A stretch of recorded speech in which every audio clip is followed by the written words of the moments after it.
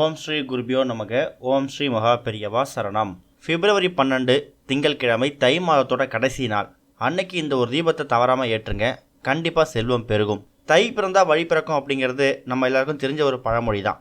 தை மாதத்தில் நம்ம செய்யக்கூடிய எந்த ஒரு வழிபாட்டு பூஜைகளுக்கும் நமக்கு பல மடங்கு பலன் இருக்கும். அது மட்டும் இல்லை, அந்த மாதத்தில் நம்ம வழிபடக்கூடிய ஒவ்வொரு வழிபாடும் செல்வ வளத்தை பெருக்கிக் கொள்றதுக்காக நம்ம முன்னோர்கள் வச்சுருக்காங்க.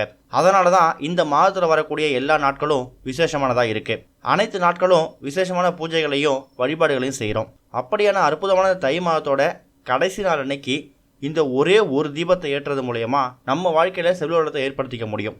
அது என்ன தீபம், அதை எப்படி ஏற்றணும் அப்படிங்கிறத பற்றி இப்போ பார்க்கலாம். இந்த தீபத்தை நாளைய தினம், அதாவது பிப்ரவரி 12 திங்கட்கிழமை, தை மாதத்தோட கடைசி நாள் அன்னைக்கு மாலை வேளையில் தான் ஏற்றணும். அதே மாதிரி இந்த தீபத்தை பூஜை அறையில் தான் ஏற்றணும். இந்த தீப வழிபாடு செய்யறதுக்கு மாலையில் பூஜை அறையில் முதல்ல தீபம் ஏற்றி வச்சுடுங்க.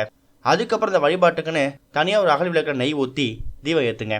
அந்த அகல் விளக்கு முன்னாடி ஒரு வாழை இலையை விரித்து அதில் மஞ்சளால் விநாயகரை பிடிச்சி வச்சுடுங்க. விநாயகருக்கு அருகம்புல்லும் வச்சுடுங்க. அந்த வாழை இலையில் அவல் பொரிக்கடலையே பிரசாதமாக வைக்கணும். அதே மாதிரி வீட்டில் சக்கரை பொங்கல் செஞ்சு நைவேத்தியமாக வைக்கலாம். இப்போ ஒரு சின்ன கிண்ணத்தில் உதிரி பூக்கள் எடுத்துக்கங்க. அதுவும் அந்த மலர்கள் வாசனை மலராக இருக்கிறது இன்னும் சிறப்பு.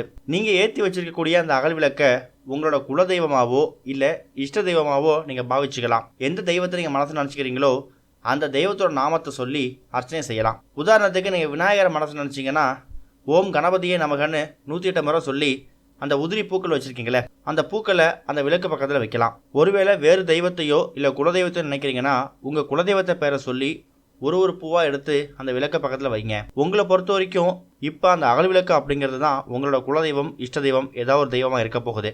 அந்த தெய்வத்துக்கு தான் இப்போ நீங்கள் இந்த வாசனை மலராலையோ இல்லை மலராலையோ அர்ச்சனை பண்ணியிருக்கீங்க. அந்த அர்ச்சனை செய்யும்போது உங்கள் மனசில் இந்த தை மாதத்தில் சகல செல்வத்தை கொடுத்ததுக்கு ரொம்ப ரொம்ப நன்றி அப்படிங்கிற மாதிரியும், எங்களோட செல்வநிலை பல மடங்கு உயரணும்னு சொல்லி வேண்டிக்கோங்க. தை மாதத்தில் நல்ல சூழ்நிலை அமையலைன்னு சொன்னாலும் அடுத்த தைக்குள்ளாவது எங்களோட நிலை மாறணும்னு மனசார பிரார்த்தனை பண்ணிக்கோங்க. கண்டிப்பாக உங்களோட வேண்டுதல் நிச்சயம் நிறைவேறும். பூஜை முடிஞ்சதுக்கு அப்புறமா தீபாராதனை காமிச்சிட்டு நைவேத்தியத்தை வீட்டில் இருக்கவங்களுக்கு பிரசாதமாகவும் கொடுக்கலாம். மறுநாள் அந்த மஞ்சள் விநாயகரை பிடிச்சி வச்சிங்கல்ல, அதை நீங்கள் கால்பட இடத்துல தண்ணீரில் கரைச்சி விட்டுடலாம். மறக்காமல் தை மாதத்தோட கடைசி நாள் இந்த ஒரு வழிபாட்டு முறை செஞ்சு பாருங்கள். அடுத்த தை மாதத்துக்குள்ளே கண்டிப்பாக ஒரு முன்னேற்றம் உங்கள் வாழ்க்கையில் ஏற்படும். ஓம் ஸ்ரீ குருபியோ நமக. ஓம் ஸ்ரீ மகா பெரியவா சரணம்.